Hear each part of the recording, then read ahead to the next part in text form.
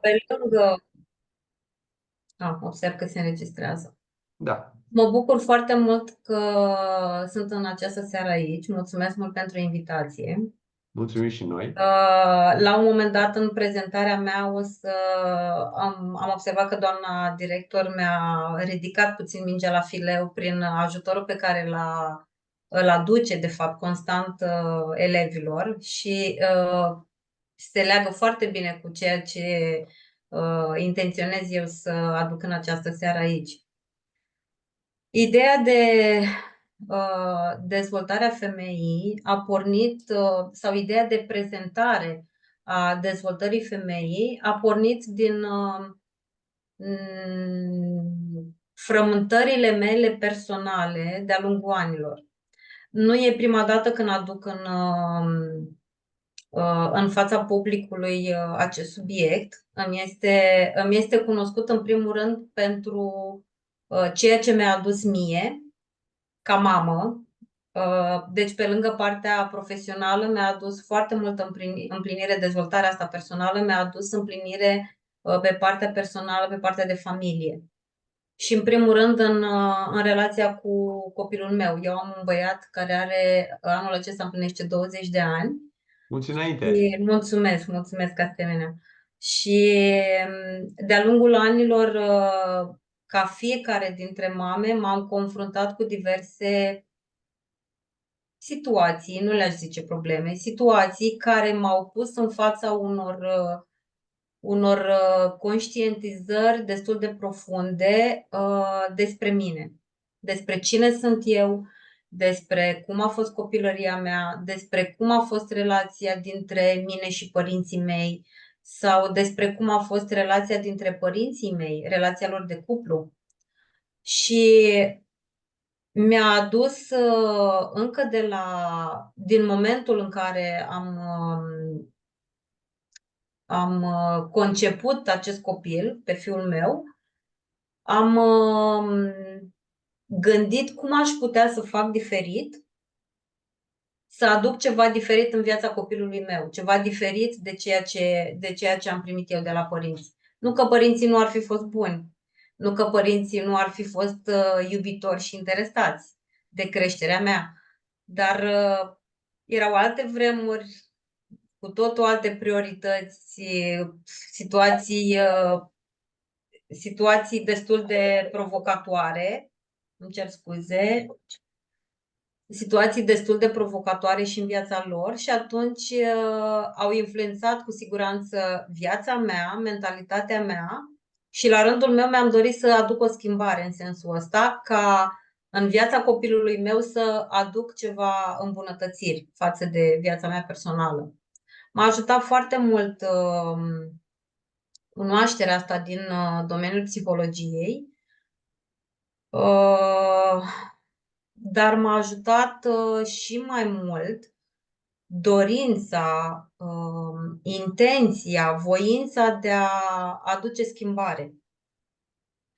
Mi-am îndreptat atenția către dezvoltarea personală, tocmai din nevoia asta de evoluție a mea, dar și de a aduce, poate sună clișeic, un viitor mai bun generațiilor următoare. Cred că orice mamă își dorește mai binele copilului. N-am Bineînțeles, întâlnit da. altfel. Eu numai așa mame am întâlnit și chiar și în vremurile cele mai grele fac cumva să fie bine copilului, că vremuri grele avem toți. Da. O să vorbim în seara aceasta poate mai mult despre mame decât de obicei, pentru că ne raportăm și la perioada asta, 1 martie. Dar n-aș vrea să minimalizez rolul tatălui, pentru că mama doar în relație cu tatăl poate aduce o sănătate mentală și emoțională copilului. Bineînțeles că sunt cazuri în care mama își crește singură copilul sau chiar și tatăl își crește singur copilul. Dar sunt situații de care am putea discuta într-un alt webinar. În seara aceasta ne raportăm doar la rolul mamei și, de fapt, rolul femeii în evoluția noastră a tuturor. Cum ziceați și dumneavoastră, domnul Varban, mama este cea care ne aduce pe lume. și are rolul cel mai important. Cu ce aș vrea să continui? Îmi imaginez că sunt mame printre noi în această seară și îmi imaginez că de-a lungul timpului ați observat că copiii noștri, mai ales în primii ani de viață, sunt foarte dependenți de noi. Nu e nimic în neregulă cu asta și s-a descoperit încă de prin anii 50-60 că ne naștem copii fiind cu această dorință de atașament față de persoana care ne îngrijește în mod constant. Cu alte cuvinte, căpătăm sau dobândim un atașament profund față de mama noastră. Și atunci mama este cea care vine în contact constant cu copilul. Mama este, poate sună ciudat, mama este responsabilă pentru sănătatea fizică, dar și sănătatea mentală și emoțională a copilului. Bineînțeles, nu-i lăsăm pe tați deoparte, dar mama este personajul principal în viața copilului, mai ales în primii ani de viață. Dacă noi ca mame, noi ca femei nu suntem îndeajuns de echilibrate, îndeajuns de liniștite sau îndeajuns de conținătoare cu emoțiile noastre și cu toate situațiile pe care le avem de-a lungul anilor, nu reușim să transmitem în mod sănătos cunoașterea vieții către copiii noștri.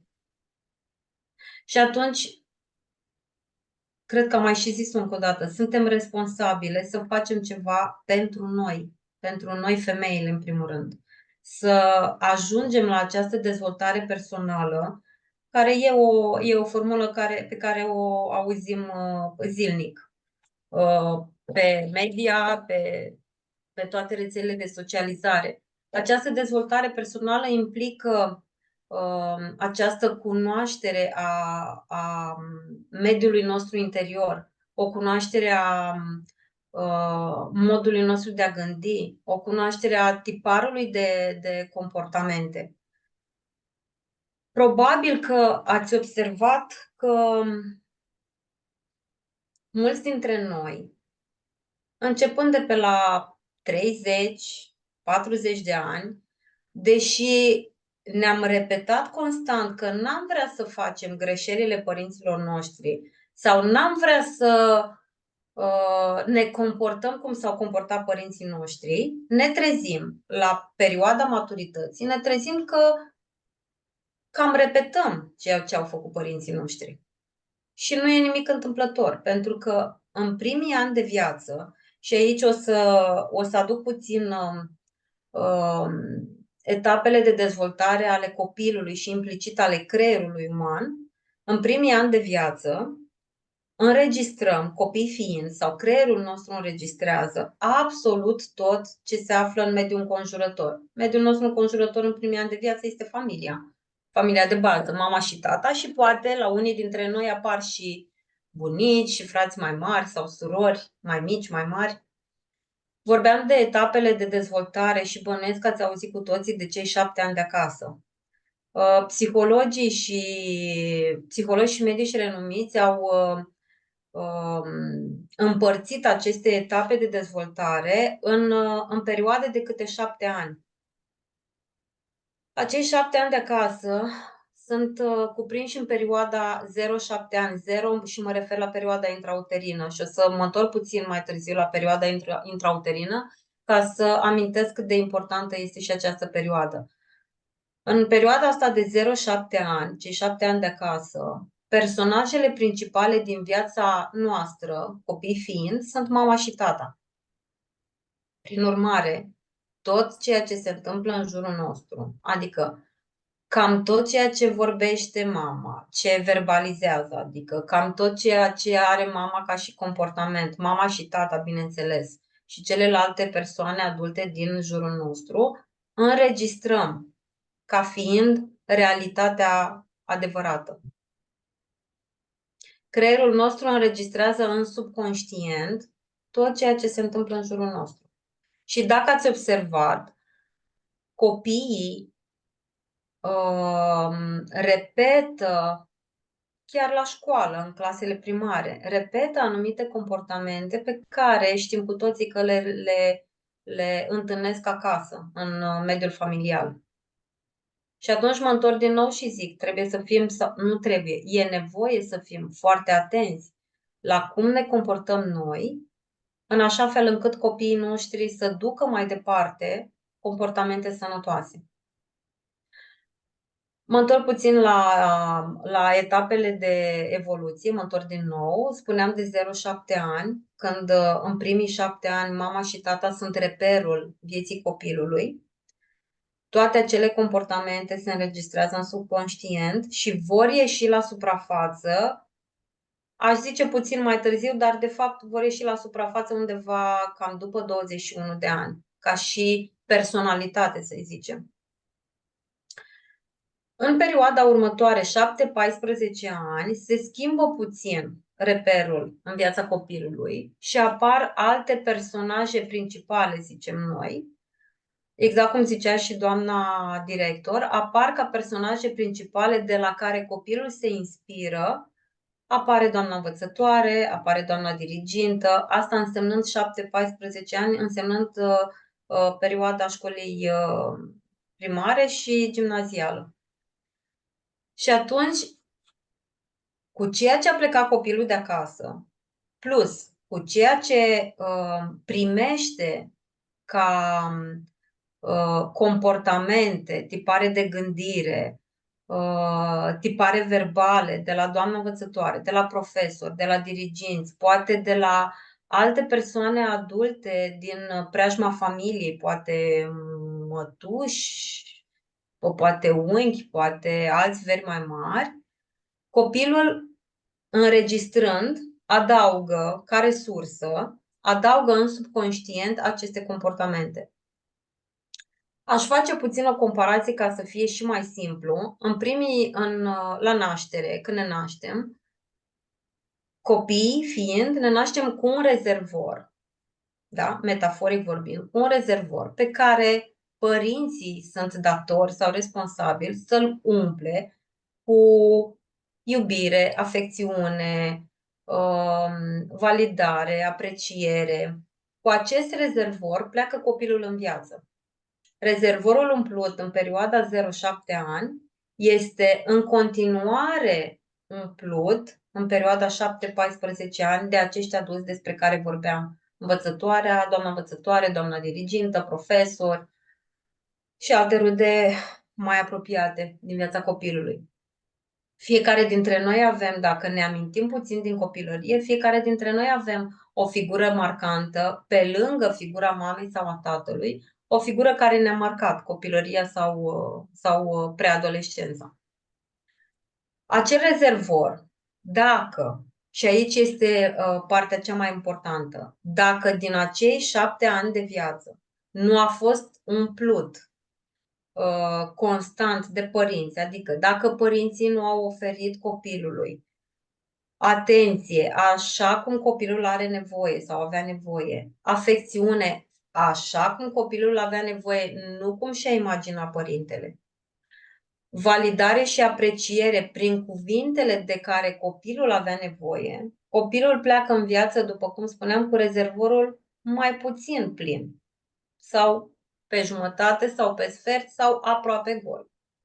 Dacă nici în următorii ani, 7-14 ani, nici doamna învățătoare sau domnii profesori sau ceilalți adulți nu reușesc să mai adauge ceva în rezervorul, în ghilimele, în rezervorul copilului, copilul pleacă pe minus în etapa următoare. Și imaginați-vă că ați vrea să plecați la un drum lung și aveți rezervorul pe jumătate gol. Cu siguranță nu veți ajunge la destinație fără să mai faceți, fără să mai alimentați cu benzină sau cu motorină. Mă duc mai departe, după perioada de 14 ani, perioada următoare a câte 7 ani din nou, 14-21 de ani. Aici, în perioada asta, are o foarte mare importanță grupul de prieteni. Și dacă rezervorul, mă întorc chiar la acel rezervor, dacă rezervor, și mă folosesc de această metaforă că este, n-am inventat-o eu, bineînțeles, am găsit-o citind și căutând.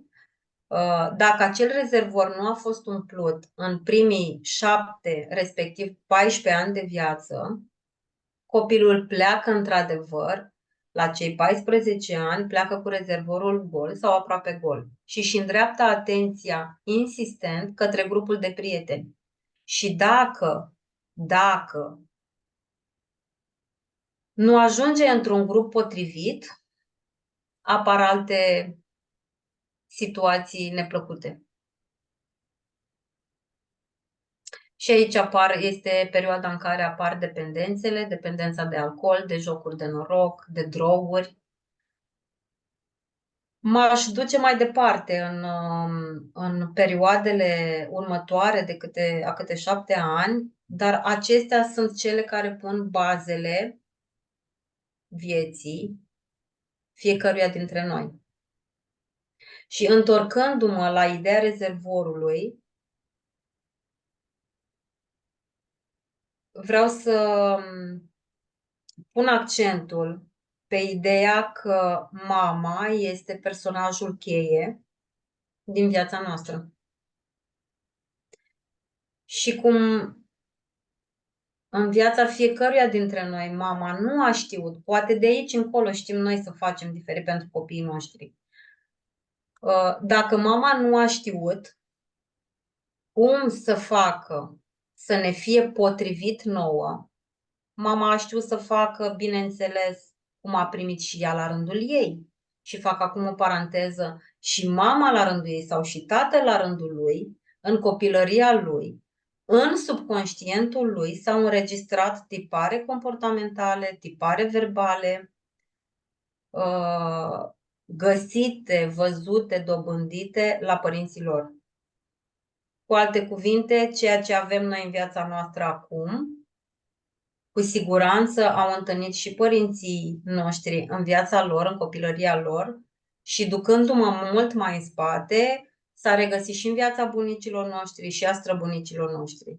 Ducem din generație în generație tipare de comportament, tipare de gândire mai ales. Poate ați auzit vorbindu-se de mindset, de mentalitate. Această mentalitate vine la pachet din generație în generație. Mă duc puțin acum ca să înțelegeți cât de importantă este mentalitatea. Am vorbit doar despre primele 3 etape de dezvoltare, pentru că acestea sunt etapele de bază, spuneam. Ne-am lungit un pic mai mult dacă aș începe să le prezint și pe următoarele. Mă opresc doar la acestea și voi face referire strict la acestea în seara asta. Ziceam așa de mindset și aș vrea să reamintesc puțin din neuroștiințe, care ne spun așa că gândurile noastre influențează emoțiile noastre, influențează senzațiile noastre din corpul fizic și mai departe influențează realitatea noastră. Primele emoții și primele senzații în corpul fizic apar încă din perioada intrauterină, când în primele 3 luni de viață se dezvoltă, dacă ați auzit, de creierul reptilian, este partea din spate, da, de creier, din care funcționează subconștientul. De acolo apar primele emoții ale copilului și primele senzații în corp. Fiind în perioada intrauterină, ceea ce simte mama, ceea ce gândește mama și trăiește mama ca emoții și senzații, se înregistrează în creierul și în corpul copilului. Și altfel se transmite mai departe. Și aș mai spune ceva, o informație. Când mama Cum să o explic ca să sune cât mai...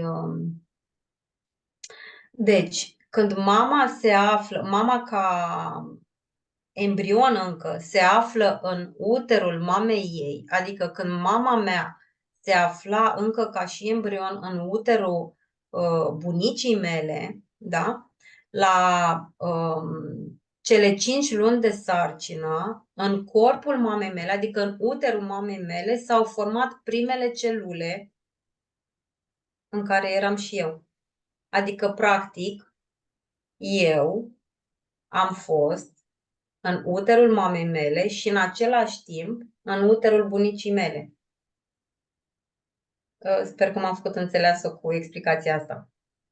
Și din nou reamintesc că ni se transmit din generație în generație emoții și senzații corporale pe care vrem, nu vrem, le înregistrăm în subconștient. Adică la nivel celular captăm tot și ducem mai departe, bineînțeles. Ce face diferența?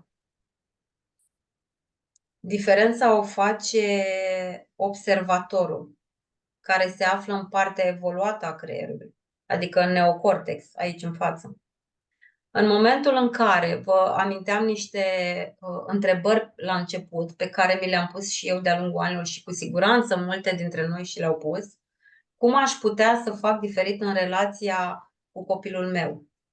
Dacă eu devin observator sau mă așez în poziția observatorului și încerc să descoper ce anume am înregistrat, în ghilimele, de la mama mea, ca și comportament și duc mai departe în relația cu copilul meu.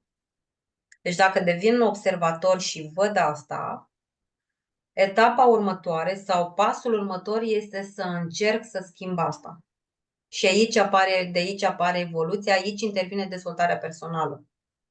Dar întâi, ca să fac pasul către dezvoltare, trebuie să stau un observator, să observ, să fie în mine dorința aia de a schimba ceva. Doar din dorința de a schimba pot să aduc real ceva în viața copilului meu, ceva diferit în viața copilului meu și implicit și în viața mea, pentru că mă schimb, mă transform pentru mine, dar cu siguranță mă transform și pentru copilul meu. Bănuiesc, îmi imaginez că mulți dintre voi sau multe dintre voi ați auzit de energia corpului. Și că îmi imaginez că știți că corpurile noastre sunt interconectate prin această energie. Aș aminti puțin ce înseamnă energia asta. Poate nu toată lumea știe despre asta. Și fac referire sau mă raportez tot la ceea ce spune neuroștiința. Gândurile noastre sau creierul nostru emite niște unde cerebrale. Celula de bază a creierului este neuronul. Activitatea asta neuronală constantă produce aceste unde cerebrale, aceste unde electromagnetice, care vin în legătură sau în coerență cu undele inimii, cu undele magnetice ale inimii. Și inima are celule de bază care se cheamă neuriți, nu neuroni. Aceste unde cerebrale împreună cu undele electromagnetice, și le știți că le-ați observat cu siguranță la undele inimii la electrocardiogramă, undele cerebrale la electroencefalogramă. Aceste unde interferează și creează acest câmp electromagnetic al fiecărui corp uman. Bineînțeles și al fiecărui animal și al fiecărei plante. Absolut orice este pe planeta asta conține energie. Noi oamenii funcționăm diferit. Animalele funcționează diferit, dar fiecare dintre noi avem această energie. Corpurile noastre interferează și dacă știm asta, ne ducem mai departe și înțelegem că suntem conectați cu copilul nostru în primul rând prin această energie, încă din perioada intrauterină. Energia mea ca mamă influențează energia copilului meu. Spuneam că energia este de fapt împletirea între undele cerebrale și undele inimii, adică între gândire și simțire. Dacă eu sunt constant în gânduri, hai să nu le zic negative, să le zic neplăcute, și într-o stare nu tocmai de bine, ceea ce transmit mai departe atât copilului meu, dar și persoanelor din jurul meu sau persoanelor cu care vin în contact, este o energie nu tocmai pozitivă. Și atunci, din nou, cum să mă aștept să-i fie bine copilului meu dacă ceea ce transmit la nivel energetic nu este îndeajuns de pozitiv, de bun, de sănătos? Din nou, ideea asta mă duce mai departe cu gândul la ce pot să fac, ce aș putea să fac, să-mi schimb ca mamă, ca femeie, să-mi schimb starea, să-mi schimb tiparul mental, șablonul mental cu care am venit din perioada copilăriei mele de la părinții mei. Am uitat să menționez la început, dacă pe parcursul webinarului aveți întrebări sau apar, nu știu, gânduri noi, conștientizări, le puteți scrie în chat și putem clarifica ceea ce apare.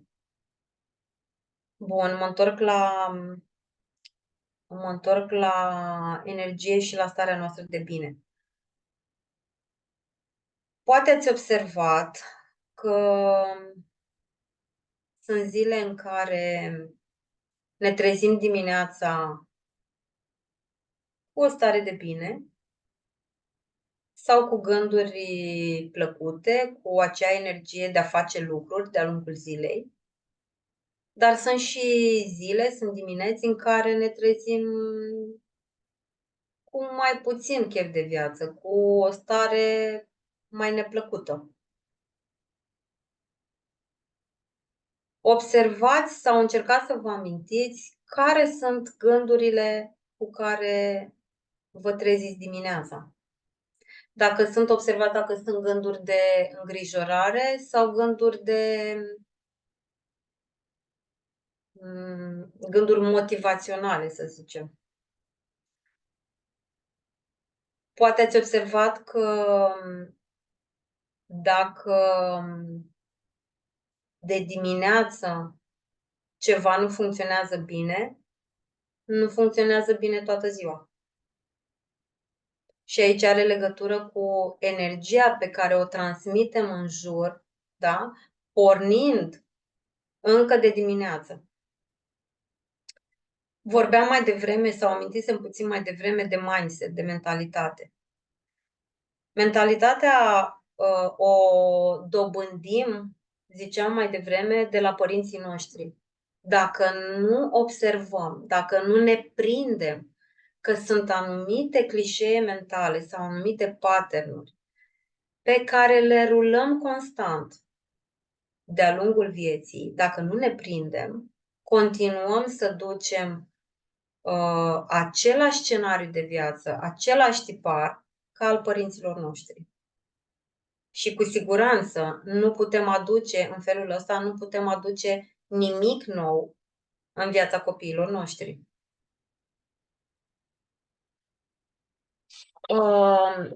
Aș putea să zic că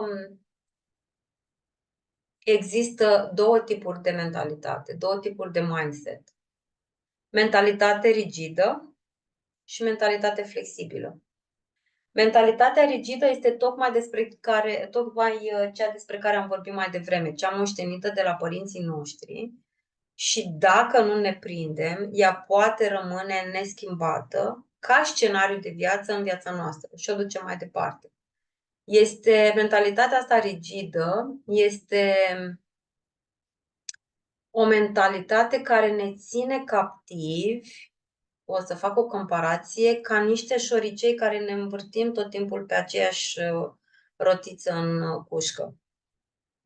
În schimb, mentalitatea flexibilă este un nou tipar de gândire pe care e nevoie să-l aducem cu puțin efort în mintea noastră conștientă, în așa fel încât să putem evolua, să putem schimba ceea ce nu au reușit părinții noștri să schimbe sau să putem transforma ceea ce avem noi nevoie să transformăm. Această mentalitate flexibilă vine ca urmare, să zic, ca urmare a etapei de observator, aminteam puțin mai devreme. În momentul în care apare întrebarea ce pot eu să fac diferit pentru copilul meu și încep să observ ce fac de fapt pentru copilul meu și mai departe observ dacă nu cumva fac la fel cum au făcut părinții mei cu mine, apoi apare acest moment în care se simte nevoia trecerii de la rigiditate la flexibilitate. Nu e într-adevăr un pas ușor de făcut. Trecerea de la o mentalitate rigidă, de la un pattern, la o mentalitate care mi-aduce evoluție, se face în timp. Apropo de această dezvoltare personală care vine cu ani, nu vine instant, nu vine imediat ce am citit o carte sau ce am ascultat un podcast, gata, a venit evoluția peste noi și ne-am transformat. E nevoie de o muncă constantă cu noi înșine și această muncă pleacă în primul rând, de la prima unealtă a energiei, adică gândul. Schimbi gândul, schimbi energia. Schimbi energia, schimbi relația cu tine și cu cei din jur. Schimbi relația cu tine și cu cei din jur, schimbi realitatea ta. Deci, cu alte cuvinte, e nevoie să ne întoarcem la gând, la mentalitate, ca să putem transforma realitatea noastră înconjurătoare. Cât timp vorbesc, observați ce gânduri vă vin dumneavoastră. Observați dacă vă vin amintiri din copilărie sau poate vă vin poate simțiți o emoție pe care n-ați mai simțit-o de mult. Poate vă vin în minte anumite expresii pe care le foloseau părinții. Și observați ce senzații trezesc în corp aceste gânduri sau aceste amintiri. Observați dacă apare dorința de a schimba ceva. Observați dacă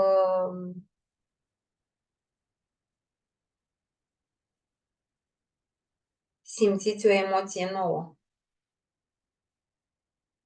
Poate să apară tocmai pentru faptul că nu folosesc slide-uri și vreo prezentare video sau audio în această seară, ar putea apărea plictiseala.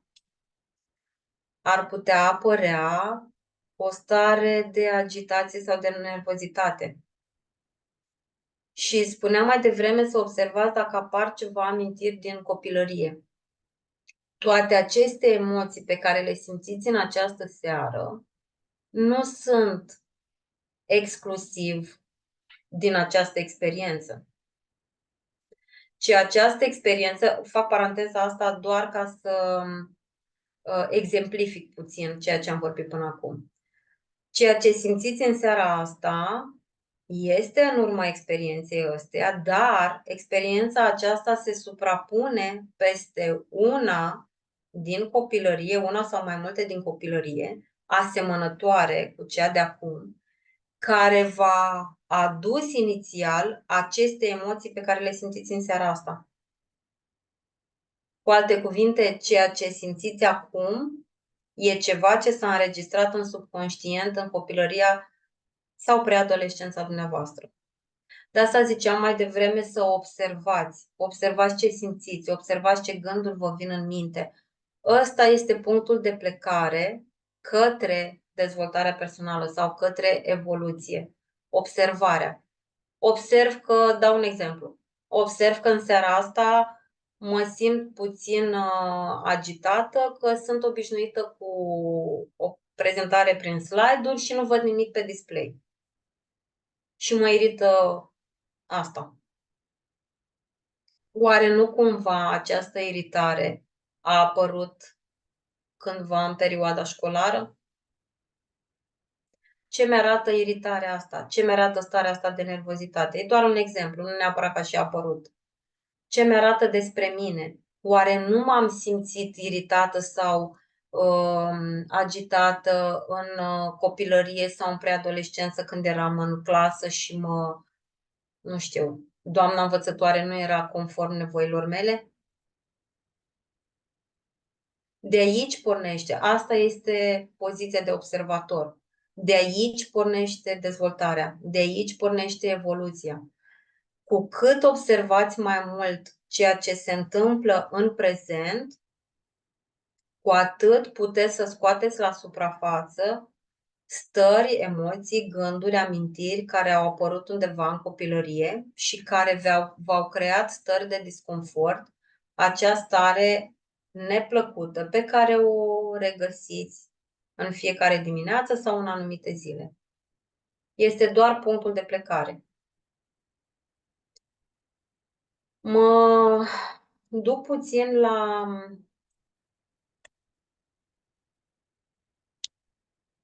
la această mentalitate, la acest mindset, despre care ziceam că în momentul în care îmi doresc să transform ceea ce am primit de la părinții mei, apare dorința asta de schimbare, apare nevoia chiar de schimbare, nevoia de transformare. Și aș vrea să menționez că există câteva tehnici de schimbare a acestei mentalități. Cea mai simplă și cea mai la îndemână este tocmai activarea acestui observator interior. Spuneam mai devreme să observăm gândurile care ne vin. Spuneam mai devreme să observăm starea care apare sau emoția care apare. Cu cât sunt mai conștientă sau mai conștient de gândurile pe care le am, de stările pe care le am, și cu cât accept mai mult că ceea ce mi se întâmplă în prezent este ceva instalat în subconștientul meu, ceva ce are nevoie de, nu neapărat de vindecare, ci de transformare, cu atât mai mult mentalitatea mea treptat începe să se schimbe.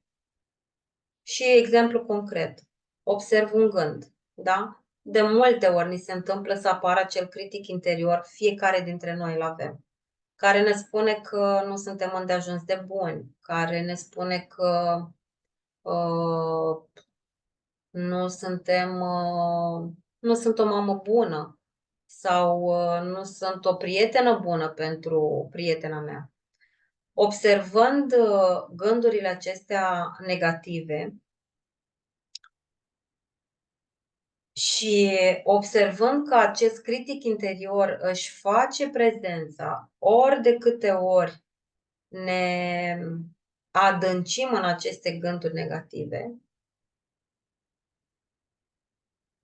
deci le observăm, le acceptăm și abia apoi le oprim. Pare greu, dar este foarte simplu, pentru că mintea conștientă, da? Noi în momentul în care observăm, e ca și cum am scoate din subconștient acele gânduri și emoții înregistrate în copilărie, le scoatem din subconștient și le privim cu mintea conștientă. Mintea conștientă se oprește când îi spunem stop. Dacă eu observ că am un gând negativ, nu știu, nu sunt o mamă bună, de exemplu, observ că am gândul ăsta, da? Știu că gândul ăsta mi-ar putea influența starea, mi-ar putea influența energia și mai departe mi-ar putea influența relațiile cu cei din jur, spun stop. Nu vreau să mă mai gândesc la asta. Și încerc să-mi aduc un alt gând pozitiv, dar realist, care să îmi arate că sunt o mamă bună. E doar un exemplu. Am luat un exemplu aleatoriu. Ca să-mi demonstrez în ghilimele că sunt o mamă bună, mi-aduc un gând nou. Sunt o mamă bună pentru că mă gândesc să aduc ceva nou în viața copilului meu. Sau sunt o mamă bună pentru că pregătesc micul dejun copilului meu. Și în felul acesta opresc gândul negativ și pun în loc ceva, diverse gânduri pozitive, dar e nevoie să fie realiste. Practic, schimb mentalitatea, observând gândurile negative repetitive, oprind, acceptându-le, le opresc și pun în loc ceva pozitiv. Dar e nevoie de exercițiu constant. E nevoie de exercițiu zilnic. E nevoie să înțelegem că poziția observatorului sau etapa asta a observatorului înseamnă de fapt, și aici e ceva ce sigur ați mai auzit, înseamnă de fapt să trăim în prezent. Cu cât sunt mai conștientă de mine, de ceea ce gândesc aproape în fiecare moment, că nu ne iese, de ceea ce emit în jur ca energie, cu atât mai mult pot fi un exemplu pentru ceilalți din jurul meu. Dar un exemplu nu neapărat ca și comportament, un exemplu ca energie. E nevoie, apropo de forța interioară pe care am folosit-o la titlu, e nevoie să conștientizăm că tocmai trăitul ăsta în prezent este de fapt forța noastră interioară. Tocmai mentalitatea asta flexibilă este forța noastră interioară. Energia noastră este forța interioară. Toate acestea constituie puterea asta interioară cu care mergem mai departe. Eu sunt convinsă că fiecare dintre noi avem această forță interioară. Știu sigur asta. Doar că multe dintre noi sau mulți dintre noi nu suntem conștienți de ea. Nu suntem conștienți că avem capacitatea, creierul nostru are capacitatea și se numește neuroplasticitate, are capacitatea de a reînnoi numărul de neuroni.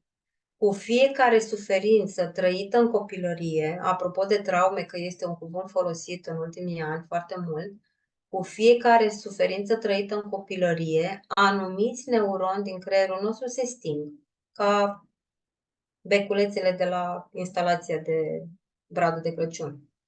Dar creierul nostru are capacitatea să reinstaleze sau să renască noi neuroni.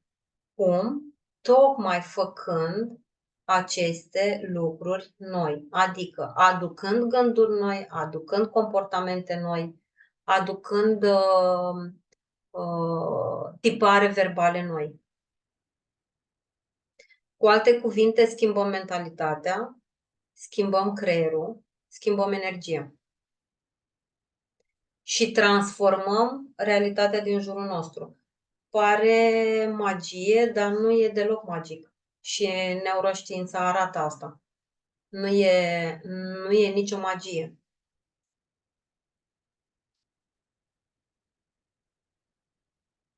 Mm,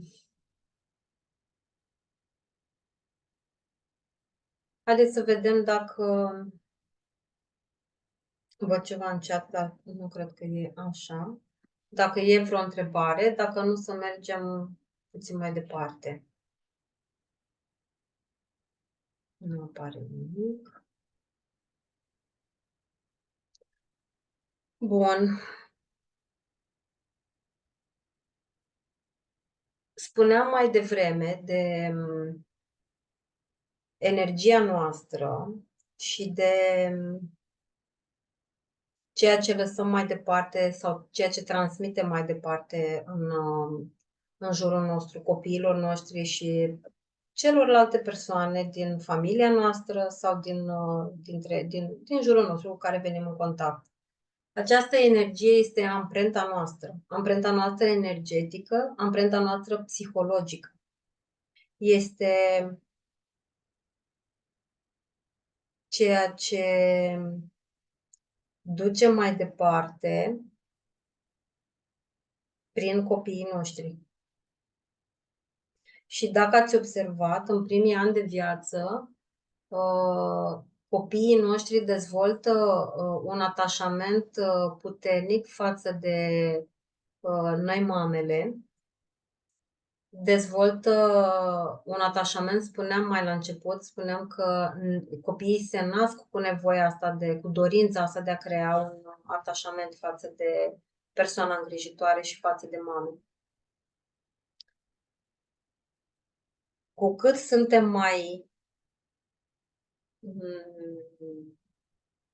atente, noi mamele, noi femeile, la ceea ce se întâmplă în interiorul nostru, cu atât mai mult influențăm tipul de atașament care se creează între noi și copil, adică între mamă și copil.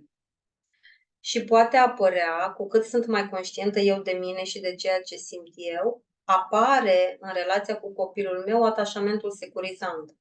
Asta însemnând că acel rezervor despre care vorbeam va fi umplut de către mine într-un mod total sănătos, în așa fel încât copilul, la vârsta adolescenței, 18-19 ani, când pleacă în viața lui, da, la studii superioare și când pleacă pe cont propriu, copilul pleacă cu acest bagaj emoțional venit din atașamentul securizant pe care mama i l-a oferit.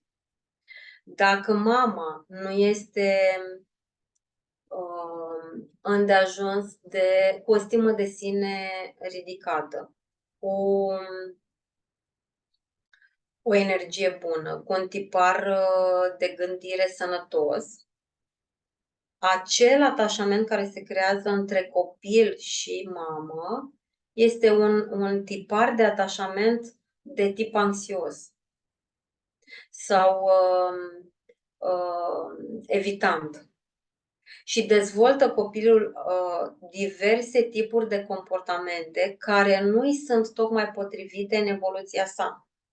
Și spuneam că în perioada 14-21 de ani, dacă acel rezervor, în ghilimele, dacă acel rezervor nu a fost umplut de către mamă, pentru că mama nu a știut, nu a putut la rândul ei, n-a știut cum să facă să fie potrivit pentru copil, copilul între 14 și 21 de ani creează același tipar de atașament pe care l-a creat cu mama, îl creează în grupul de prieteni.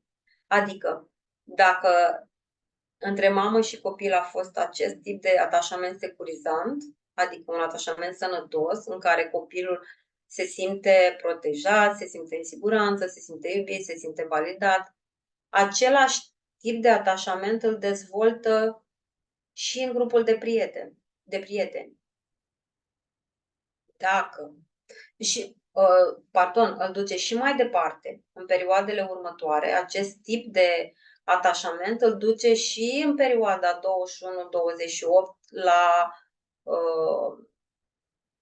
în mediul profesional, cu colegii de la job, cu șeful, același tipar de atașament care apare între mamă și copil, copilul duce mai departe.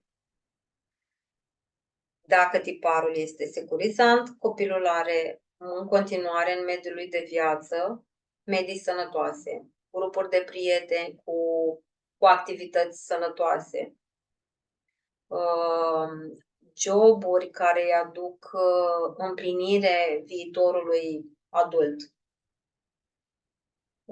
Dacă tiparul de atașament dintre mamă și copil apărut în primii ani de viață este de tip anxios, spuneam mai devreme, sau evitant, tiparul acesta îl duce copilul mai departe în grupul de prieteni, își va dezvolta prietenii în care se va simți poate abandonat, poate evitat, poate respins. Și mai departe duce același tipar de atașament în relație cu colegii de serviciu, cu siguranță în viitoarea relație de familie cu partenerul. Mă întorc la importanța acestui tipar de atașament sau acestor tipare de atașament.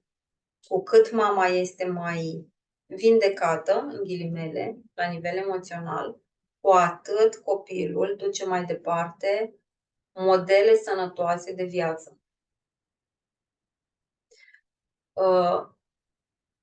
De asta ziceam că este foarte importantă conexiunea asta dintre mamă și copil. Aș vrea să facem acum câteva minute de interiorizare, doar ca exemplu,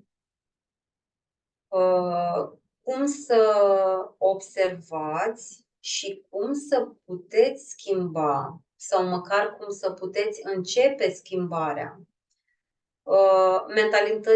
din mentalitate rigidă în mentalitate flexibilă, adică din mentalitatea sau din patternul dobândit de la părinți să transformăm mentalitatea într-o mentalitate nouă, într-o mentalitate transformatoare.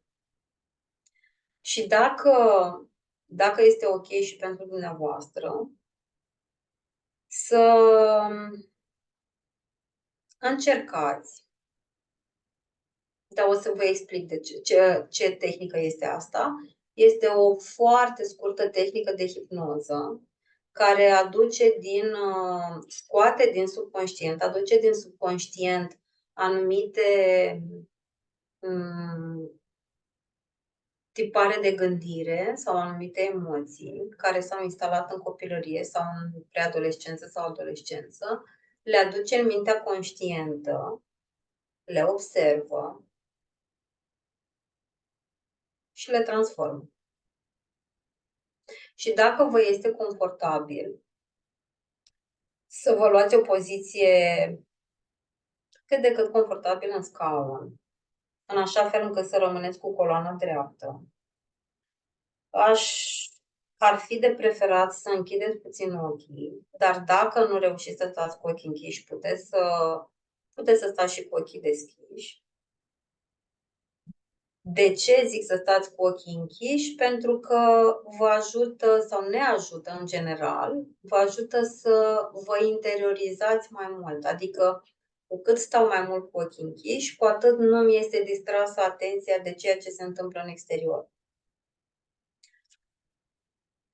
Și o să vă rog să vă luați această poziție confortabilă cu tălpile pe podea, să nu țineți picioarele sau brațele încrucișate. Închideți ochii.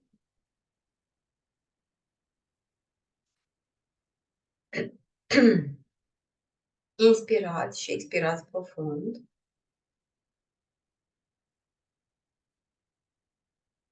Și observați ce gânduri vă vin în minte. Pot părea banale sau pot avea o importanță. Doar observați.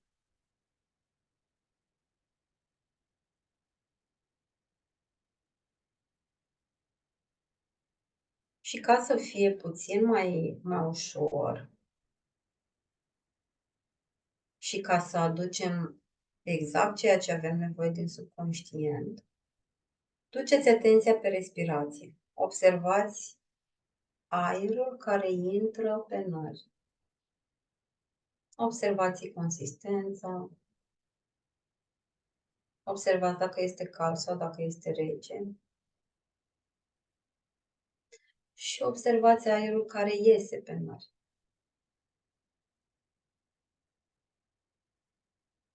Observați poziția capului, continuând să inspirați și să expirați. Și relaxați gâtul,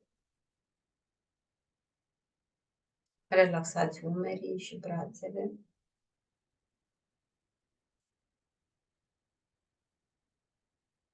Continuați să inspirați și să expirați profund.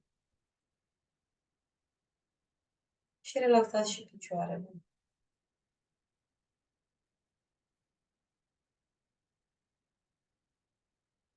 Și observați ce apare în minte. Absolut orice. Acceptați orice gând apare în minte. Poate să vină ceva, nu neapărat ca și gând. Poate să apară o stare nouă, o stare mai veche. Observați dacă sunt gânduri negative sau dacă sunt gânduri pozitive.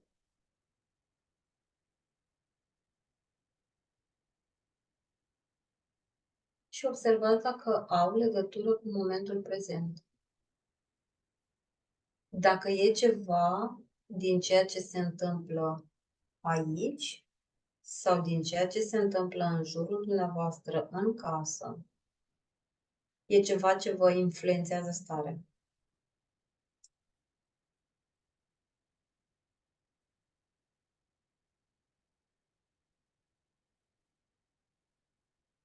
Observați dacă aveți o emoție, apare o emoție pe care ați mai trăit-o în trecutul apropiat sau poate în trecutul îndepărtat.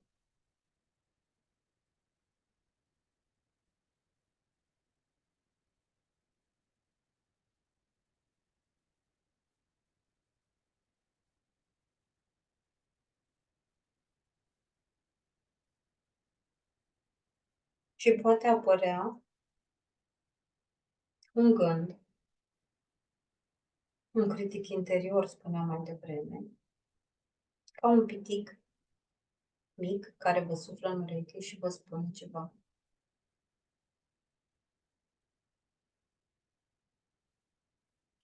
Observați ce spune acest critic interior.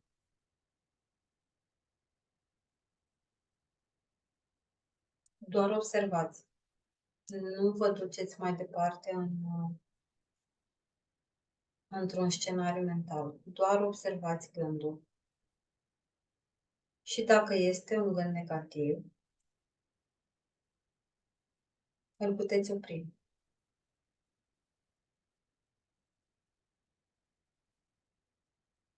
Puteți spune chiar stop. Și observați ce se întâmplă în corpul dumneavoastră. Dacă ați avut nevoie să spuneți stop.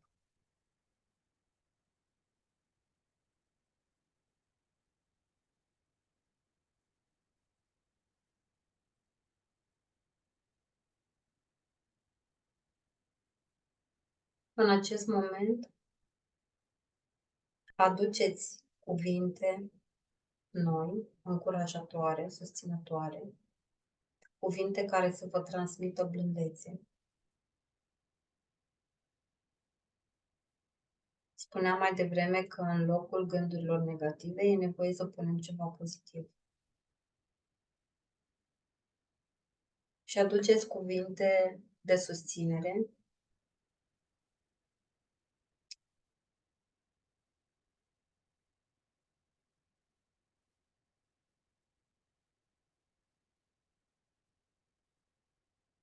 Fiți conștienți de aceste gânduri.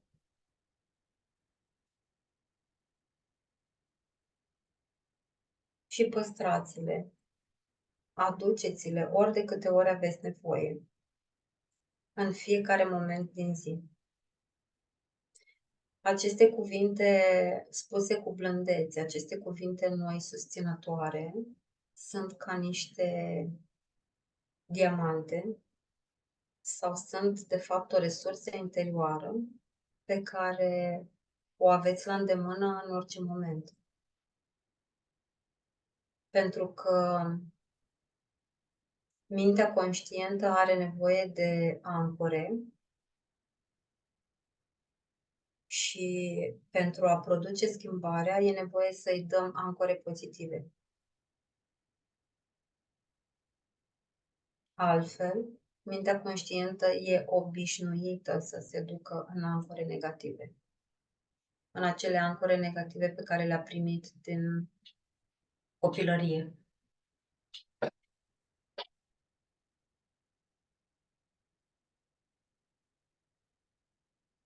Inspirați și expirați profund. Păstrați în minte aceste cuvinte apărute și le folosiți ori de câte ori aveți nevoie.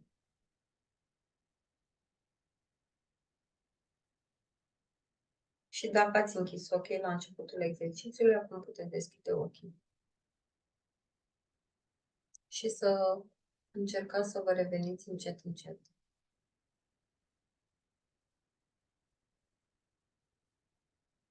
Este un exercițiu pe care de obicei îl facem spre sfârșitul întâlnirilor, în așa fel încât să aducem din această energie care se creează în seriile de întâlniri, cum a fost și această seară sau cum este și această seară, să păstrăm în amprenta energetică energia care s-a creat aici. Să fie acesta primul pas către schimbare. Sau, pentru cine a început deja schimbarea, pentru cine a intrat deja pe acest drum al schimbării, acesta din seara asta să fie un următor pas către schimbare.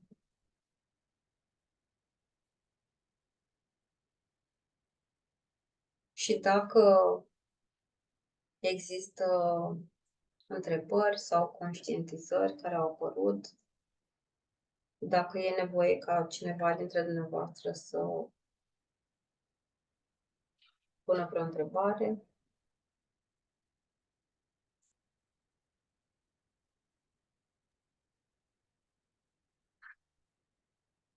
Mie mi se pare foarte interesant și îmi cer scuze că intervin eu așa, că schimbându-ne gândurile ne putem schimba viața. da, Da? pare magie, dar nu e.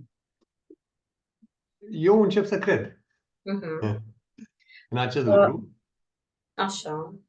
și chiar puțin, dacă am stat să ne gândim așa, inginerește, eu sunt inginer, dacă schimbi gândurile cu gânduri mai bune, îți schimbi și starea de spirit. Nu? Pare normal. Nu e nicio magie. Nu e Dacă nicio magie. refuzi să te gândești la, nu știu, drobul de sare, nenorociri, nu știu ce, îți schimbi, cred eu, de la sine starea de spirit și ca atare este, zic eu, cel puțin asta recomandat. Cel puțin acest punct de vedere recomandat. Ce aș vrea să adaug, ceea ce este extrem de important, acele gânduri pozitive pe care le aducem să fie realiste. De acord. Adică nu mă pot uita pe geam să văd că plouă afară, să știu că dacă ies afară mă udă picăturile de ploaie și eu să continui să mă uit pe geam și să zic că e soare afară. ci e nevoie să zic ok, observ că plouă afară, îmi imaginez că s-ar putea să mă ude până la piele, așa că mai bine mi-au o umbrelă și mă adaptez. Asta înseamnă un gând pozitiv. Nu poți să schimbi realitatea în sensul să opresc ploaia, dar pot să schimb realitatea în sensul să nu mă ud până la piele, ci să am grijă să-mi iau o umbrelă și să mă țin acoperită măcar până la mașină. A apărut foarte mult în ultima perioadă termenul ăsta de gândire pozitivă. Și mulți dintre noi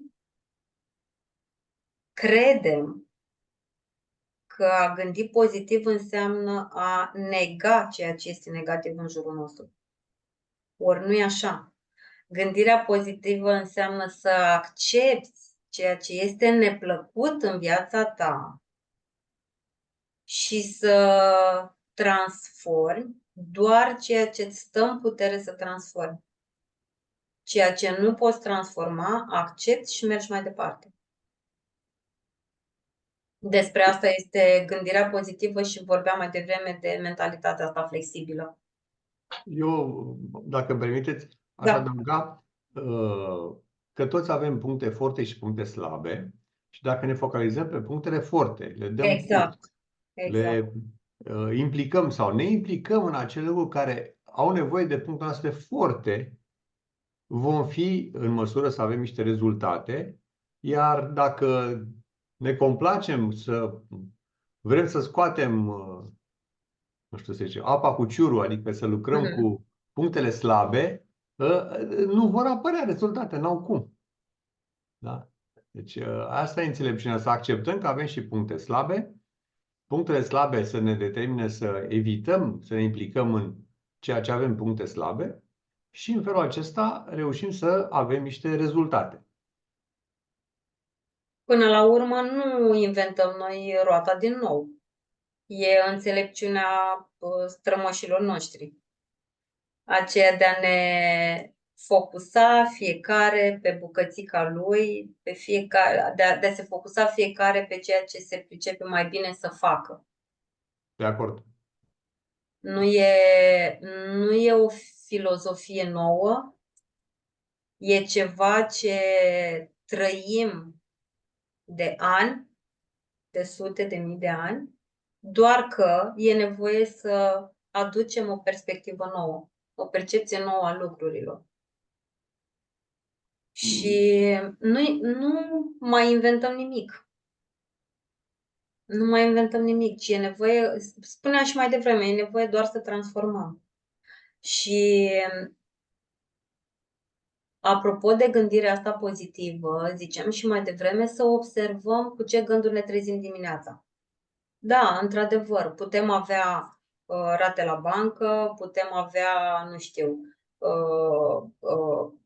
un salariu care nu ne ajunge sau putem avea diverse situații Cum negative în sunt viață. copiii din Murunglav.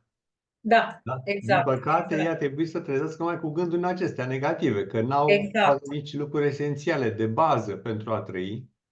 Și îi rog pe colegii mei cu această ocazie să posteze în chat acolo unde vă puteți duce să oferiți o donație pentru ajutorul acestor copii care sunt dependenți și de ajutorul altora. Asta este nivelul lor și sper să vreți să, din prea plinul sau din plinul dumneavoastră, să le dați și lor ceva și eu am convingere că evenimentul din seara aceasta, care mi se pare foarte clar, foarte bine prezentat, vă va aduce un câștig mult mai mare decât o donație sau ce veți face pentru copiii care sunt în dificultate materială. Iată, este afișat, intrați pe site-ul comunității Competenți, Corect și Util. Este o pagină unde sunt locuri unde se pot face donații cu sume variabile, cu sume fixe. Cum considerați dumneavoastră că puteți să faceți acest lucru? Vă mulțumim în numele copiilor pentru care în viitor vom organiza alte evenimente și vom oferi pentru ei alte aparate pentru dezvoltarea lor ca oameni de mâine, ca oameni pe care mâine să ne bazăm, să vrem să fim în echipă cu ei, să vrem să facem lucrurile să iasă bine cu ei. Această tehnică, noul vine avalanșă peste noi, nu putem sta, cum povestea doamna directoare, domne, noi avem calculatoare de 15 ani. Nu mai există, alea de acum 15 ani nu mai sunt ce trebuie, nu mai sunt decât așa o palidă imagine a ceea ce se întâmplă astăzi și ca atare, pentru că vrem alături de noi oameni valoroși, să-i ajutăm să devină valoroși. Asta este credința Fundației Competenți, Corect și Util, că depindem unii de alții și că dacă suntem mai mulți, mai bine dezvoltați, mai în măsură să soluționăm problemele, ne va fi tuturor mai bine. Și ca o paranteză vis-a-vis de prelegerea dumneavoastră, și să fii o bună mamă înseamnă să fii competentă ca mamă, să fii corectă cu copilul tău, să te gândești la cum să-i oferi lui acea evoluție în copilărie și ulterior în viață de succes și să vrei să-i fii din tot sufletul utilă. Utile, mamele vor să fie copiilor, dar eu cred că partea asta de competență și partea aceasta de a gândi corect, că unele lucruri se întâmplă, nu-i ajută pe copil. Dar a fi competentă să faci lucruri care sunt corecte pentru copil este un lucru esențial și de-aia sunt făcuți copiii astăzi ca să crească frumos. Deci mă bucur pentru persoane care participă, care au înțeles și vor înțelege încă niște lucruri importante pentru viața lor și să facă din viața copiilor lor un preambul a unei vieți împlinite pentru ei. Și apropo de gândire pozitivă sau de mindset flexibil, doamna director putea să stea, să se complacă în situația în care era școala sau putea să aleagă să facă un pas către transformare. La fel și fundația. Putem sta să ne plângem că nu funcționează nimic, că nu ne ajută statul, că nu face nimeni nimic pentru noi, sau putem încerca măcar Acționa. să aducem un plus, oricât de mic, în așa fel încât să transformăm, să schimbăm ceva. Da, da. Apropo de pașii pe care e nevoie să-i facem. Eu așa recomand și, scuzați-mă, participanților, nu numai să asiste, poate să înregistreze sau așa ca și idei, să aplice, să aplicăm. Să aplicăm acest exercițiu, mi s-a părut foarte interesant. Da. Este un exercițiu la îndemâna oricui. Nu e nevoie să-l facem pe o perioadă îndelungată, adică pe minute multe, ci e nevoie țintit. Da? Când mă regăsesc într-o situație de conflict interior, mă opresc din ceea ce fac, inspir și expir, nu e nevoie să închid ochii, că mă pot afla într-o situație conflictuală oriunde, în afară, la serviciu, oriunde, nu e nevoie să închid ochii. Inspir și expir, observ ce gânduri am, accept că în momentul ăla am gânduri negative, opresc gândurile negative și înlocuiesc cu ceva pozitiv.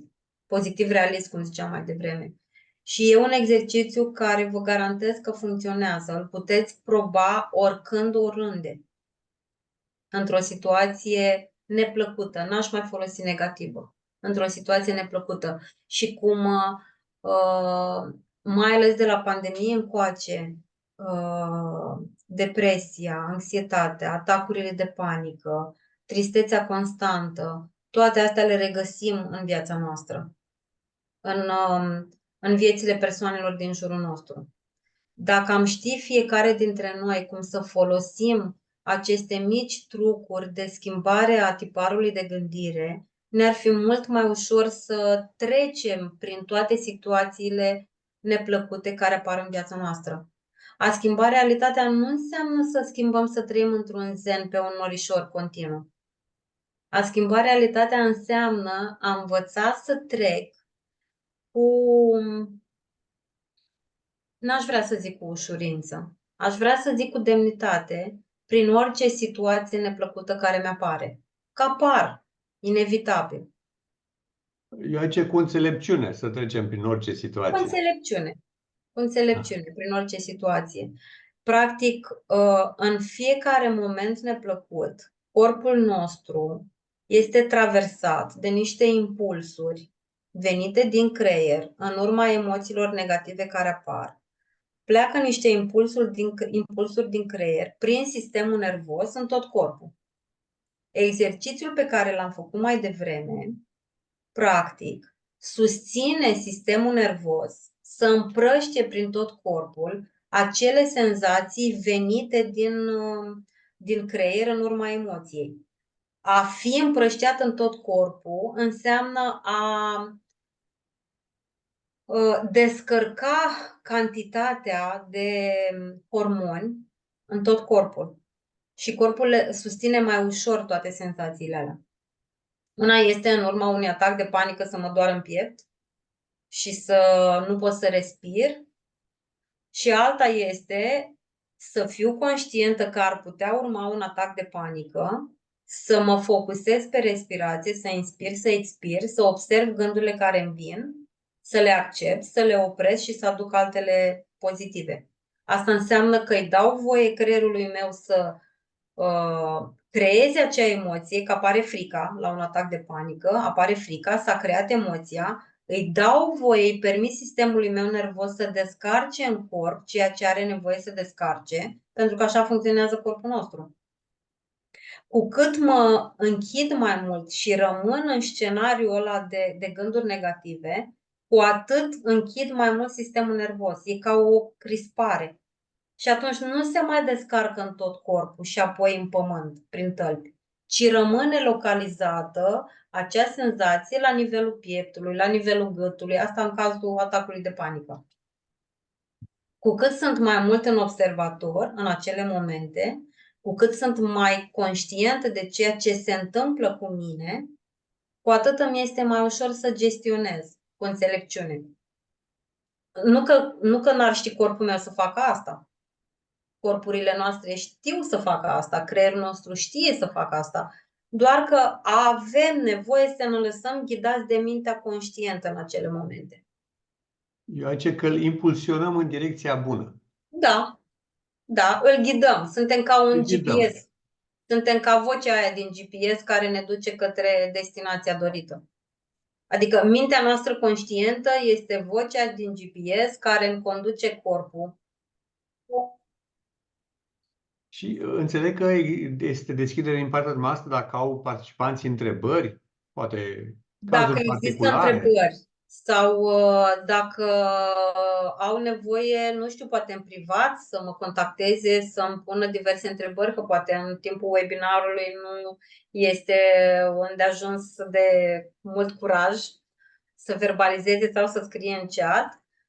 O să las în chat numărul meu de telefon sau o să apară în mail mâine. Mâine, da, îl Fiecare trimitem noi participant. Cred că e tuturor mai bine și așa. Da. sigur Da. puteți să-l puneți și în chat, dar noi să-l trimitem cu înregistrarea, cu locația unde este înregistrarea, dar poate și acum există cineva interesată să pună o întrebare, e binevenit.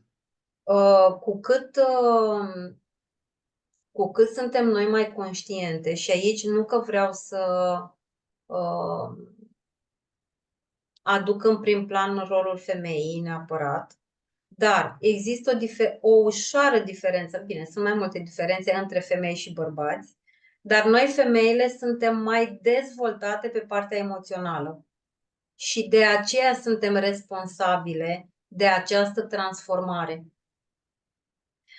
Bărbații sunt mai raționali și se știe asta, da? Și atunci, apropo de energia despre care vorbeam mai la început, suntem responsabile să avem grijă de energia noastră, pentru că știm să o facem intuitiv, noi femeile știm cum să o facem, pentru că avem capacitatea asta emoțională de a ne schimba energia mult mai ușor decât o fac bărbații. Nu că femeile sunt mai bune și bărbații mai puțin buni. Fiecare e bun pe segmentul lui. Are Doar punctele că sale suntem, forte. doar că suntem responsabile, și mi-asum când spun asta, suntem responsabile de energia noastră în așa fel încât să putem transforma energia copilului, dar și a partenerului de cuplu. Și știm asta, că noi femeile susținem bărbații din punct de vedere emoțional. Și așa apare și completarea. Bărbatul este mai rațional, femeia este mai emoțională. Există această credință, am întâlnit-o și eu, domnule, așa m-a lăsat Dumnezeu, așa sunt eu, și există o anumită reținere la schimbare, ceea ce este de fapt o condamnare la a repeta niște greșeli care pot fi foarte costisitoare. Chiar se văd peste generații că se păstrează aceleași abordări ale vieții, care au fost o problemă pentru cei dinainte și sunt o problemă și pentru cei la zi acum. Și aici trebuie să ai marea putere să te rupi din acest lanț al unor anumitor mentalități și să schimbi cu ceva care te avantajează. Te avantajează pe tine, pe copilul tău, pe cei din jurul tău. Aceasta este o gândire sănătoasă.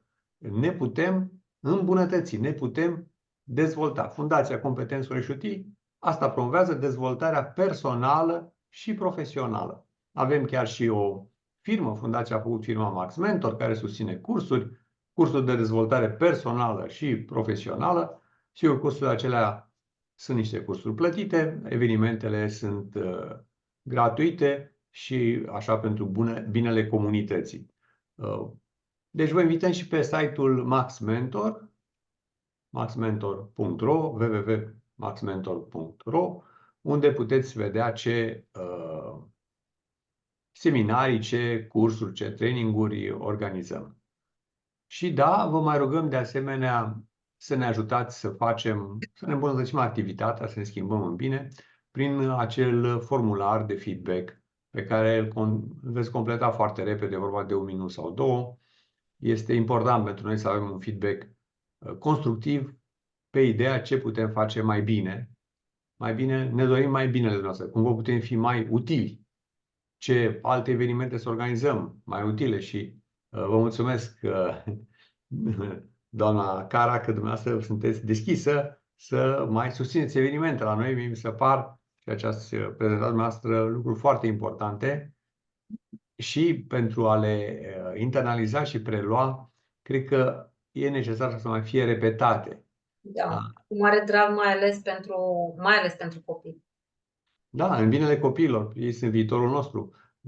Eu zic că este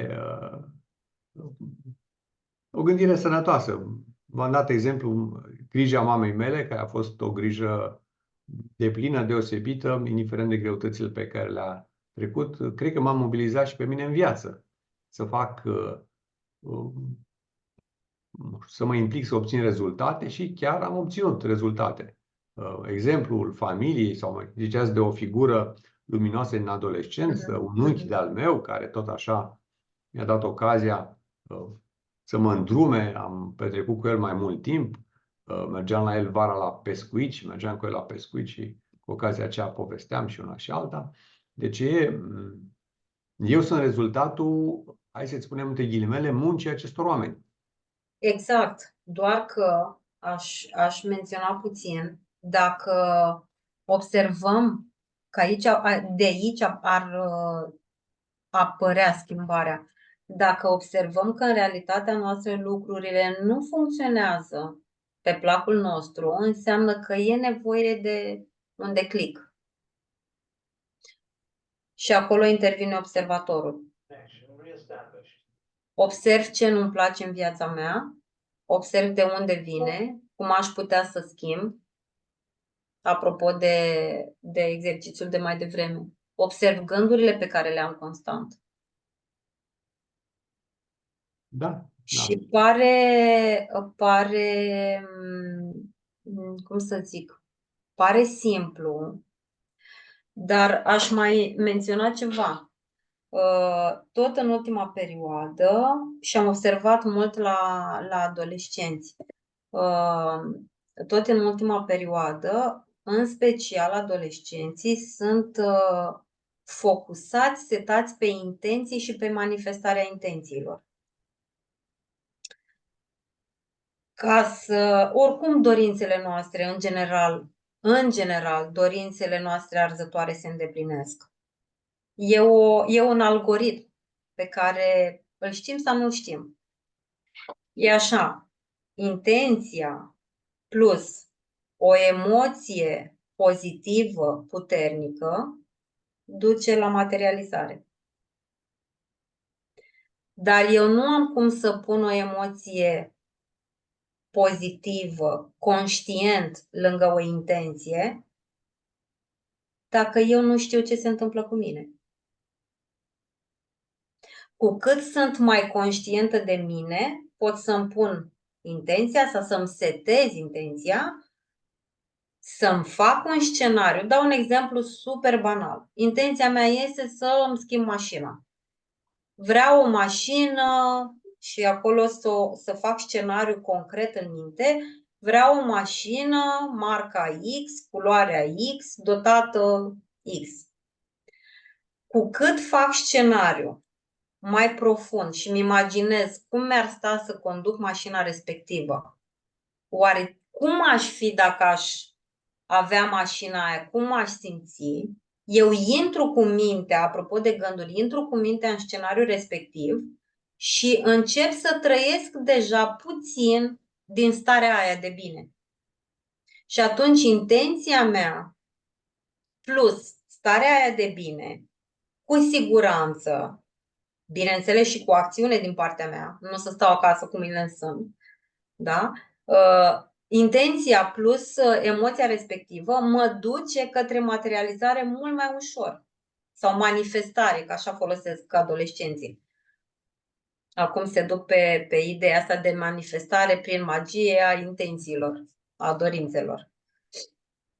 Dar nu e nicio magie și sunt convinsă că fiecare dintre noi a trăit de-a lungul vieții un vis, o dorință, care la un moment dat i s-a și îndeplinit. Nu e o magie. Nu vine nimeni să-ți îndeplinească dorința din senin, ci este efectiv energia gândului tău și emoția pe care ai pus-o în momentul în care ți-a apărut gândul. Dacă ești conștient de asta, se materializează mult mai rapid. Oricum se întâmplă, oricum se materializează. Universul vine în baza a ceea ce gândești către tine. Dar vine mai târziu dacă nu ești conștient.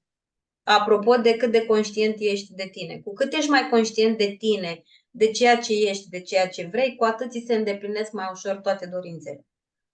Și cu cât ești mai realist. Bineînțeles, bineînțeles. Nu pot să-mi doresc elicopter și eu să stau într-un apartament, într-un bloc cu 10 etaje. E un exemplu banal. Adică e nevoie, într-adevăr, să aducem pozitivitate, dar pozitivitate realistă. Să fiu realistă că eu am un câștig pe lună de atât sumă și e nevoie să fac anumite acțiuni ca să-mi pot cumpăra o mașină. E nevoie de zvâcul ăla interior, de forța aia interioară de a mă pune în mișcare. Dar nu pot să fac asta dacă nu știu despre mine, dacă nu mă știu, nu mă cunosc. Mm-hmm. Apropo de forță și ziceam la început, dacă cumva zvâcul ăsta nu l-am, măcar gândul că vreau ca copilul meu să fie bine, mă poate mișca din loc. Dacă nu mă mișc pentru mine, măcar mă mișc pentru copilul meu. Mă motivez și acționez pentru el. Pentru binele lui. Pentru binele lui. Și atunci implicit mă mișc și pentru mine, acționez și pentru mine. Da, da. Cum am făcut și în seara asta. Ne-am motivat pentru copiii școlii. Da, și Ne-am pentru întâlnit. noi, de asemenea, că Am Și câștigat. pentru noi, pentru că, da, adică aparent ne motivăm pentru copii, dar câteva informații tot au trecut pe la urechile noastre în seara asta. Și este o experiență și din fiecare experiență, în fiecare secundă, primim energie. Depinde doar de noi de care energie primim sau ce energie accesăm. Și câtă energie folosim în viitor. Și câtă energie folosim în viitor. Da. Ceea ce am făcut noi în seara asta poate părea sau poate nu părea un eveniment de o amploare foarte mare. Dar dacă am adus un plus valoare, o energie pozitivă cât de mică, deja suntem pe plus, deja am câștigat. Pentru că a fost, apropo de intenție, intenția a fost bună, starea cu care am funcționat în seara asta, timp de 2 ore, a fost o stare bună, mai ales că am făcut și exercițiul ăla de interiorizare, da? Și practic ne-a focusat pe interiorul nostru. Cu alte cuvinte, deja suntem pe plus, deja am îmbunătățit energia în care funcționăm. Eu de-abia aștept să vorbesc cu fata mea despre ce ne-ați prezentat și să o actualizez și pe ea în aceste aspecte. Că e o fată bună, dar câteodată e dată, se dă singură înapoi. Deci eu nu pot să învăț matematică. Bă, de unde știi că nu poți să înveți matematică? Ăla este un cum se cheamă, clișeu mental, un tipar mental nu i-a apărut din senin, e dobândit de pe undeva. De la mama sau de la tata sau din grupul de prieteni. Câți ani are fiica dumneavoastră? 13. Mulți înainte. E Mulțumesc. deja, cred că de prin grupul de prieteni s-ar putea. Că vorbeam noi de etapele alea de dezvoltare de câte 7 ani, dar trecerea în etapa următoare nu se face brusc. Adică când am împlinit 7 ani, gata, creierul meu a trecut în etapa următoare. Trecerea se face cam de pe la 6, 7, 8 ani. Abia pe la 8 ani pot să zic că a trecut în etapa următoare. Înțeleg. Și la 0,7 ani, cred că am uitat să menționez, în perioada 0,7 ani gândirea logică nu e dezvoltată deloc, nu e activă. Deci, practic, înregistrăm în subconștient, înghițim ca pelicanul, cum s-ar zice. Tot ce e în jur am înregistrat. Și suntem ca un telefon nou pe care instalăm o sumedenie de aplicații și ne trezim undeva pe la 21, în perioada 21-28 de ani, că nu ne mai place mai nimic și că vrem să dezinstalăm. Sugestiv exemplu. Da, și pune-te și dezinstalează, că de instalat a fost foarte ușor.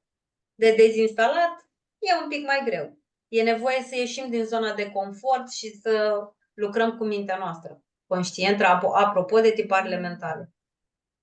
Într-adevăr, nu e ușor, dar nu e imposibil. Și aș face o sugestie apropo de mentalitate. Cine este interesat sau interesată, să-l urmăriți pe Joe Dispenza. Sau avem și noi corespondentul nostru pe domnul dr. Constantin Dulcan. Vorbesc ambii foarte bine și foarte pe înțelesul tuturor despre cum să schimbi viața schimbându-ți gândurile. Doctorul Joe Dispenza este american. În urma unui accident, a fost paralizat 6 luni de zile și doar prin focus mental și meditație fiind un exercițiu asemănător celui pe care l-am făcut azi de interiorizare, și a revenit din paralizie. Practic și-a vindecat o bucățică din coloana vertebrală. Nu-i SF, este real. Și a scris niște cărți legate de care arată cum se face schimbarea asta a mentalității și apropo de gândirea pozitivă. Dar e mult mai simplu să-l urmărim pe domnul dr. Constantin Dulcan. Mulțumim pentru recomandări și cred că foarte simplu este să mai revadă evenimentul din seara aceasta pentru a relua ideile de aici, care sunt un ABC, dar cred eu și cu ABC poți să fii foarte, foarte bine. A fost, sau cel puțin așa am încercat, să fie o prezentare foarte simplistă, Mhm. foarte la îndemâna tuturor. Adică gen, așa am gândit eu, punct ochit, punct lovit. Foarte bine a fost, pentru că nu sunt Um, savanți aici participați la evenimentele noastre, lumea care este interesată de dezvoltare și cred că tocmai unele persoane au nevoie de un limbaj mai direct, mai clar, ca să poată să asimileze aceste informații. Prea științific e dificil. A fost foarte bine. Mie personal mi-a plăcut foarte mult. Am mai înțeles și eu niște lucruri. Da. Mă bucur că am putut fi pe înțeles și de folos. Sperăm să fie de folos și copiilor de la școala din Olt. Da. Uh, E într-adevăr un mod de a aduce schimbarea și Încă de o a nu dată, mai sta și aștepta la să se facă schimbarea de undeva de sus, ca să nu menționez altfel, și să încercăm cu pași mici să facem într-adevăr ceva să ne luăm semnificativ. soarta în propriile mâini, nu? Exact, exact, exact. Vă rugăm cu propriile noastre mâini să completați acest chestionar care ne ajută să ne dezvoltăm activitatea în viitor și să venim cu alte evenimente care vă sunt utile. Iată că avem un eveniment următor, gândirea rațională versus gândirea irațională și cum face față situațiilor cotidiene. Vă așteptăm și la acesta și la altele. Până acum, Fundația Competenți Corect și Util a organizat peste 200 de evenimente de dezvoltare personală și profesională, unele așa, unele așa, și ne e drag să venim către dumneavoastră cu lucruri din care să aveți de câștigat. Da. Eu însumi pregătesc un eveniment, dar n-am loc, n-am putut, nu mi-am găsit locul. Cum să câștig mai mulți bani și să dorm liniștit? Oh, super! M-ați Da, făcut curioasă, eu una o să particip, sigur. vă mulțumesc! Vă mulțumesc pentru încredere. Sper să fiu la nivelul așteptărilor, dar tot e o chestie populară, nu este. Mhm. Nu sunt, n-am pregătirea să vin cu ceva știință așa, dar vin cu lucruri din experiența practică. Păi, de cele mai multe ori, ca să aplicăm în viața de zi cu zi, e nevoie de ceva practic. Că altfel ne pierdem în termeni științifici, în tot felul de concepte și plecăm, apropo cum zicea fiica dumneavoastră că e greu, că nu pot, plecăm de la acești termeni științifici și ajungem la ideea că nu pot, e greu Prea să... complicat. Da, prea complicat, nu. Eu vă Mai bine spun la că spaltă. se poate să câștigăm mai mulți bani și să dormim liniștit, având niște valori și niște convingeri, eu zic, simple. Și aplicându-le, bineînțeles, avându-le și acționând conform lor. Da. Dar Atunci vă mulțumim foarte mult. o Vă să rog, urmărim pagina de Facebook a Fundației și o să vedem evenimentele următoare. Să vă particip. așteptăm pe toți cu drag. Vă mulțumim foarte mult. Vă mulțumim pentru acest eveniment clarificator, foarte util și vă mai așteptăm, doamna Cara, să ne Mare drag. ajutați să promovăm idei valoroase către participanți și, prin intermediul participanților și donațiilor lor, să ajutăm acele școli care au nevoie de lucruri vitale, minimale, fără de care, din păcate, nu pot exista și nu pot crește niște copii valoroși pentru ziua de mâine. Dacă mai sunt persoane care vor să intervină, vă rugăm. Dacă doriți noastră să mai adăugați, așa, vă rog frumos. Păi, aș adăuga să avem încredere fiecare dintre noi în ceea ce ne-a oferit Universul deja, în corp și în creier, să avem încredere în ceea ce am primit de la părinții noștri. Chiar dacă în seara aceasta am adus ideea de a schimba ceea ce am primit de la ei, absolut tot ceea ce ni s-a dat este valoros în felul lui. Absolut tot. Până și trauma este un punct de plecare spre evoluție. Adică până și suferința sau chiar suferința ne trimite către evoluție. Deci tot ceea ce am primit este deja valoros. Eu aș spune să fim deschiși, să observăm, cum a zis dumneavoastră, să identificăm ceea ce am primit și ne este util, ceea ce am primit și dimpotrivă ne ține în loc, ne dă înapoi. Da? Eu am un exemplu concret, tatăl meu. Tatăl meu, de tânăr, era alcoolic. Bea. Nu, dacă nu bea, nu putea. Da? Și el mi-a zis, îți interesează să bei.